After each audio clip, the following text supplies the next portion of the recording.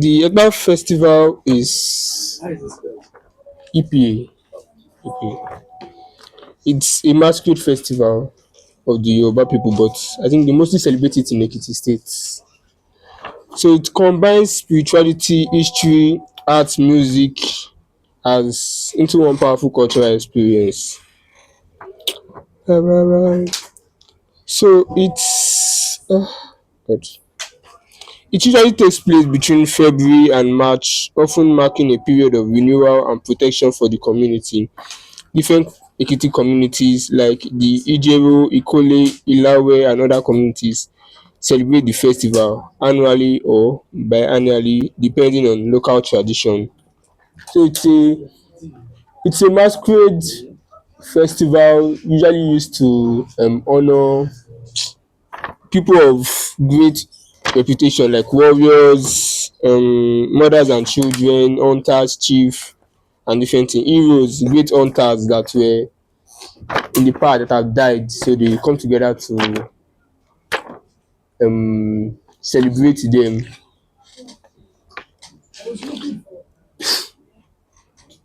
So the masquerade usually wears a heavy wooden helmet that carves out that represents the person they are celebrating. It can represent anything. So it's like it's a wooden sculpture. They just put it on their head. I don't know how they wear it, but it's really heavy. It represents the hunters, the warriors, the kings, the whatever they are about, whatever they want to celebrate that festival time. Yeah, the people that are celebrating.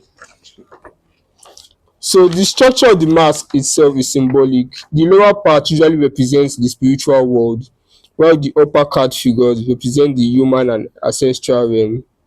This symbolizes the connection between heaven and earth. The masquerade performer must be physically fit because the costume is very heavy.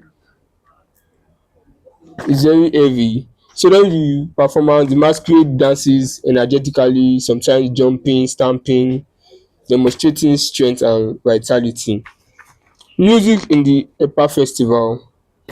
So in the Epa festival, the music is not a secondary thing, is the main stuff because without music, the masquerade cannot perform.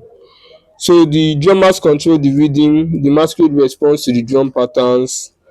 Instruments used usually dudun, the talking drum, bata drums, gongo, shekere, agogo, the metal gong. So, so that's it.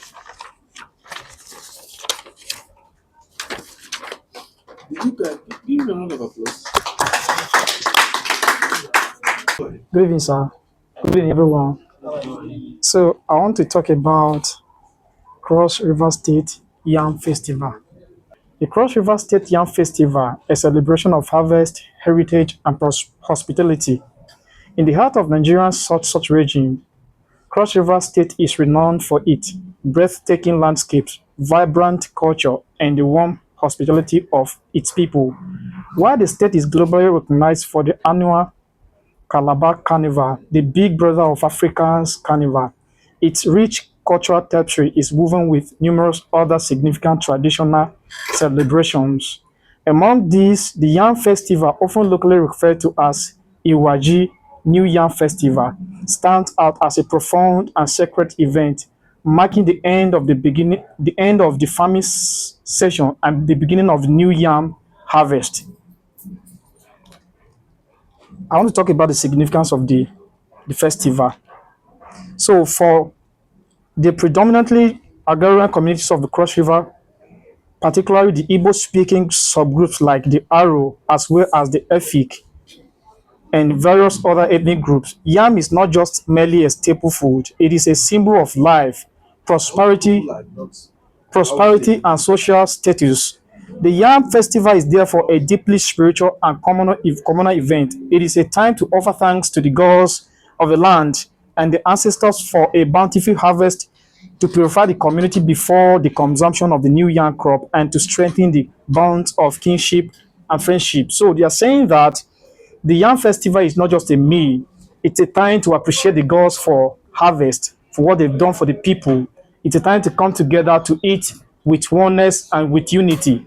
So it's not just a meal, it's more than a meal. And the festival is traditionally presided over by the village head or a titled chief who must be the first to eat the new yam. This act is a solemn ritual that signifies the lifting of any taboo associated with the new yam harvest and grant the rest of the community permission to feast. To eat new yam before this ceremony is considered a grave affront to the ancestors and the earth deity. So it means that this feast is presided by a chief, a titled chief, and is followed by elders of the community. And the chief to be the first to eat the yam. Before this period, every other person is forbidden to eat yam harvested from the farm. It is after the chief eats the yam that the people are allowed to eat. But if you eat the yam before this time, it's a taboo and it's a sin to the gods of the land.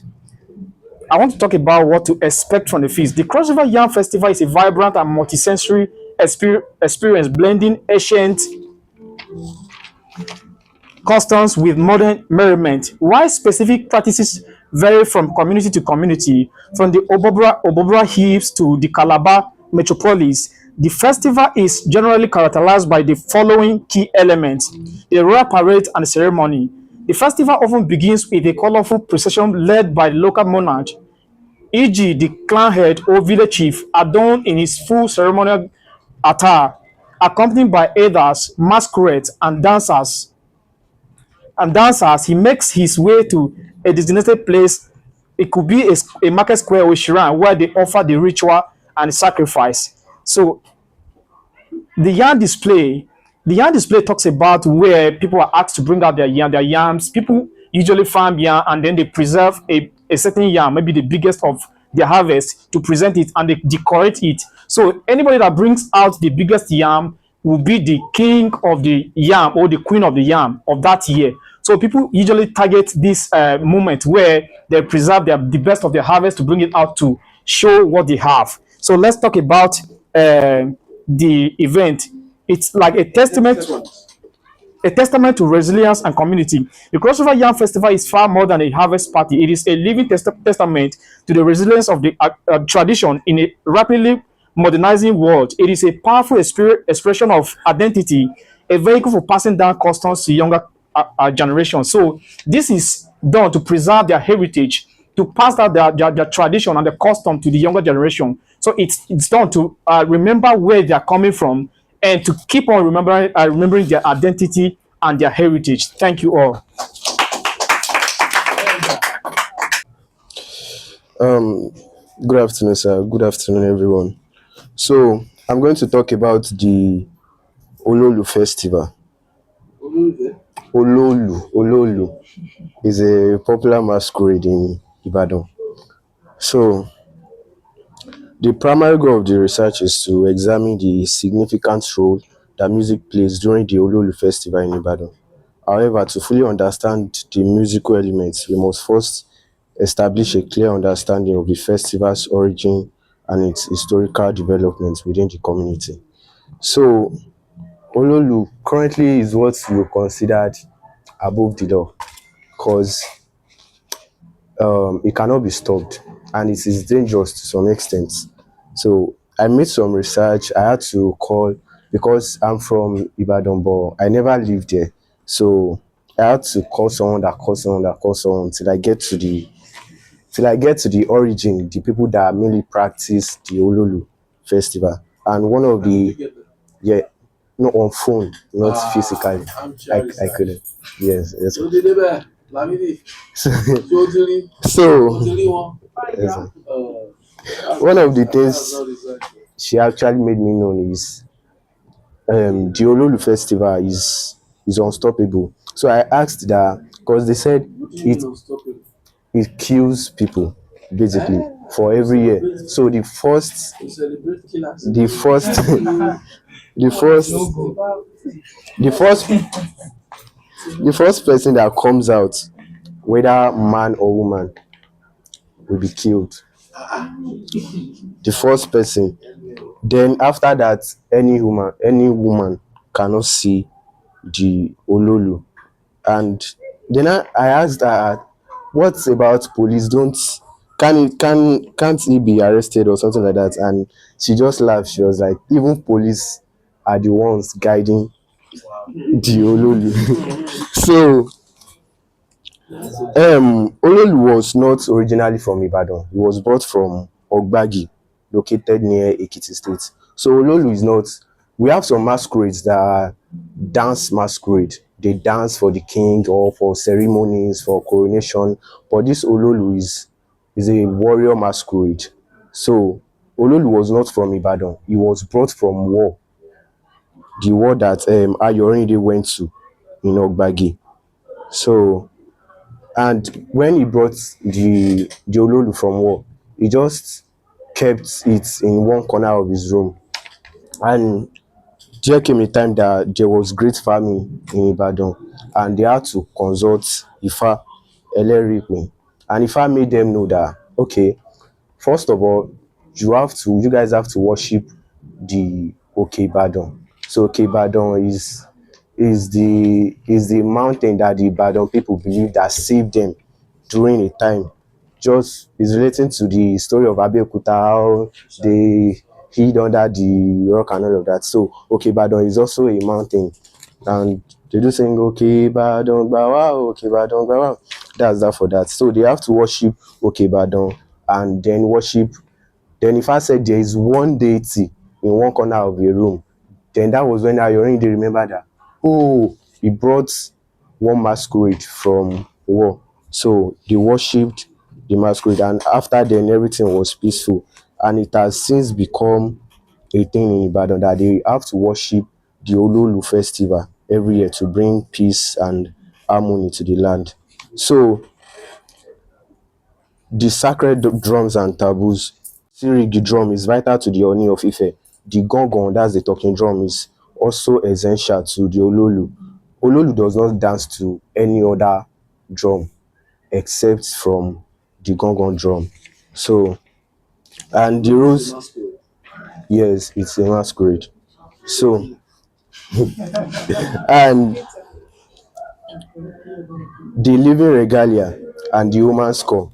So, a legend says the regalia, that's the clothes that the masquerade wears. If you move closer to the regalia, you will hear as it is breathing heavily.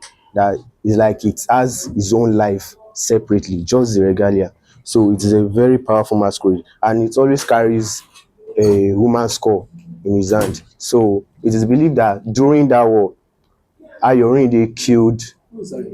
Ayorinde is the warrior that brought Ololu from the war. So Ayorinde killed Ololu's wife then and brought the regalia with him. So he cut off the wife's head and attached it to the regalia. And ever since then, no woman can see the Ololu. So it is believed that the consequence of a woman seeing the Ololu is either one theory says the woman will not be able to conceive, another says there is a staff that Ololu stretches to a woman, and her blood will just dry up and she will fall down instantly. But what the two theories mainly suggest is that it is very dangerous to see the Ololu. Sorry, sir. The contribution, the musical contribution.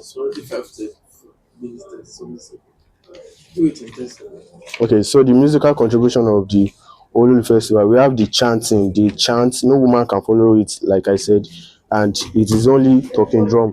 So talking drum is used to invoke the spirits of his fathers to join in during the rites, and there are certain sacrifices that they make before, because also the drum is sacred. So the drum is also used to announce the arrival of the Ololu, so that the women in the community runs inside not to come in contact with the Ololu. Thanks. So my name is Samson Honorable. So I'll be talking on Mon Festival in Imo State. Mon. So the Imo Festival is one of the most significant cultural and spiritual institutions among the Igbo people of Imo State, Nigeria. The term Imo translates literally as the spirits of the dead, reflecting the Igbo view world that ancestors remain active in the affairs of the living. And another name for Umong is masquerades. So masquerades are therefore not regarded as ordinary performance, but visible embodiments of ancestral or spiritual forces. In Imo State, Umong performances form part of major communal celebrations such as New Yam festivals, coronations, funerals of titled elders, and annual cultural events. The festival serves religious, social, artistic, and political purposes within the community. The origins of Umong in most states can be traced to pre-colonial Igbo society before the arrival of Christianity and colonial administration. Igbo communities were organized around lineage system and ancestral worship. Spiritual authority was believed to reside in both visible and invisible realms. Masquerade societies emerged as institutions through which elders mediated between the human community and the spirit world. Oral traditions is part of Idiato, Mbano, Ungo, Opala, and Oweri recount that the first masquerade were gifts from their ancestors, introduced to maintain moral order and protect the land from impurity. Over the time, the festival became linked to agricultural cycles, especially harvest celebrations. The appearance of masquerade during the New Yam season symbolized gratitude for fertility and prosperity. Now I'm talking about the spiritual and cultural significance. Spiritually, the masquerade represents continuity between generations. The Igbo cosmological system does not separate the living from the dead. Rather, both exist within a unified moral universe. During the festival, the community okay.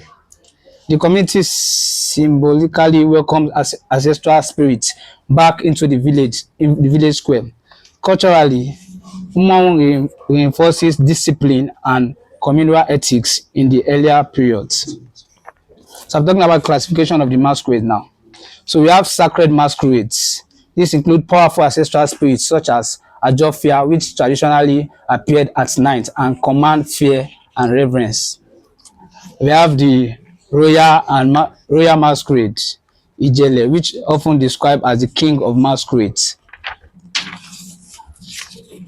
Talking about the preparation of the rituals now.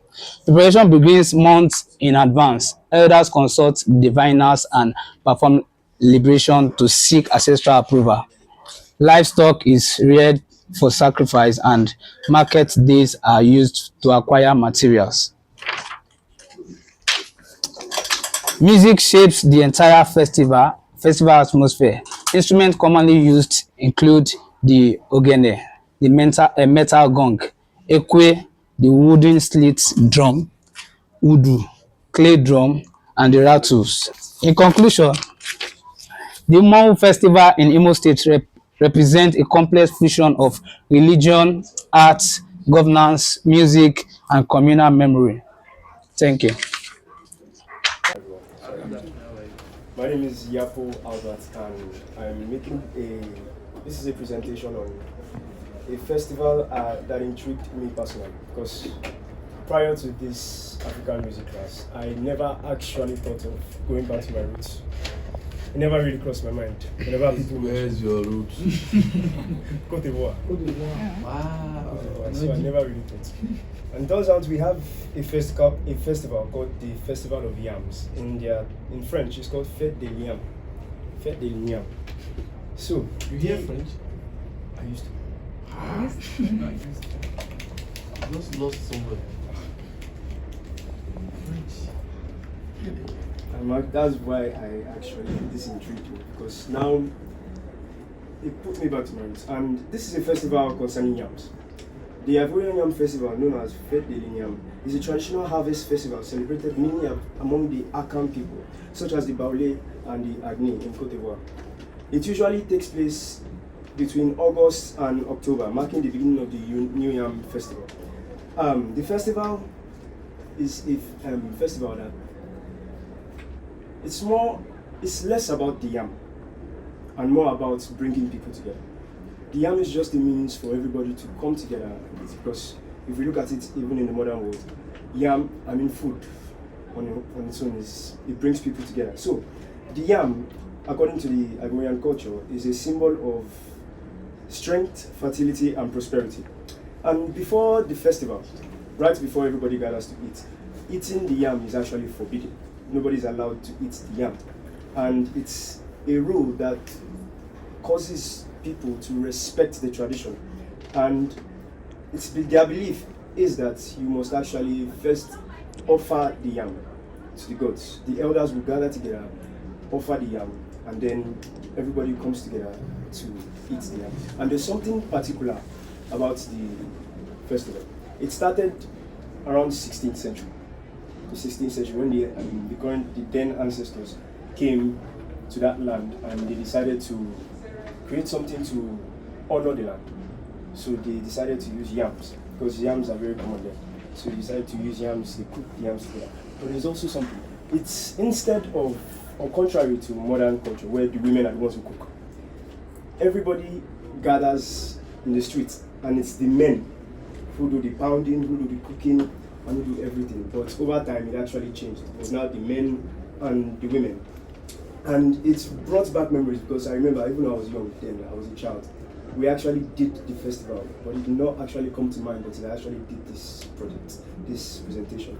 So from what I remember, we would pound the yam in different ways, and we would have music playing in the background, and the women would come together and start dancing around together. So before the festival starts, the elders and traditional leaders determine the festival date through consultation. And once announced, the village is cleaned, homes are prepared, and yams are harvested and kept untouched until the official ceremonies. And then the traditional priests and elders perform rituals, offering prayers and libation to their gods, their ancestors, and the spirits of the land. These rituals express gratitude for protection, fertility of the land, and the successful harvest. Then the elders come together, bless the yams, and then, as I said, the men and everybody gathers in their streets.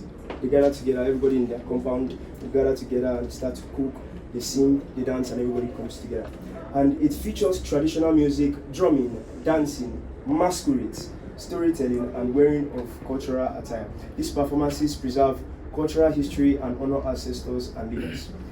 And funny thing, one thing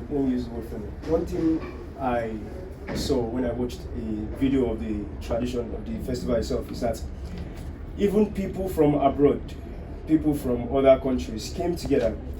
As far as they know that their roots is traced to Ivory Coast itself or Cote d'Ivoire, they came together to partake in the festival and to have everything together. And then the festival goes on with celebration marked by joy, feasting, and social interaction. The Yam Festival remains important even to this day, bringing communities together, moral instruction, and transmission of traditional values to future generations. Thank you very much. Ijebu Festival is a masquerade, and different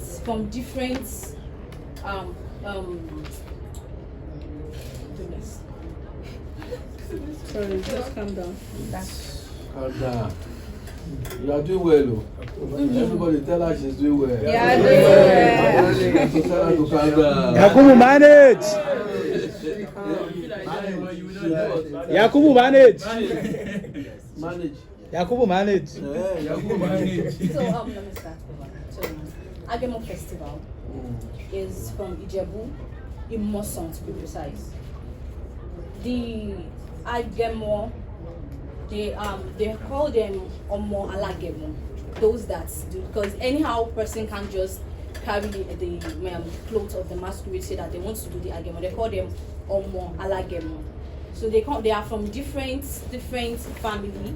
They call them different names. They have the Kosa, Moko, Alofe, but everyone, if they are coming, they go down to Imoson, because Imoson is the real place they have the Agemo Festival.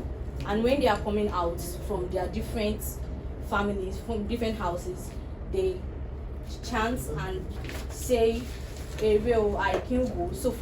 inform the females to stay inside so they won't see the masquerade, because if they see the masquerade, it has a negative effect. And even for males, for some males also that does not have the capability to look at them, they don't come out to look at them. So they just make that chance to like a warning chance for them to like stay inside, not to come outside.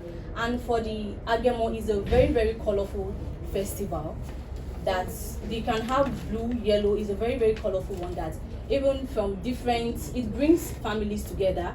People from different, people come down from different places to like watch the festival.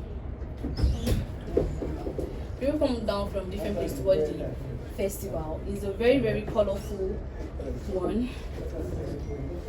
The spiritual conduct, remember, the entire festival is a spiritual conduct. The Agemo masquerade themselves are believed to be embodiments of deity, and the Agemo is mainly to praise their deity. It's like a deity, so it's just like praise the deity. And the Agemo happens July or June Agemo, because July is in Yoruba it's Agemo, so it's mainly Agemo July. And we have the 16 masquerade representing different towns, which I have said. They represent different towns, which is the different Yoruba, Imushin, Idobi, and Ijebu. And we have their music they sing when they're having the festival, which is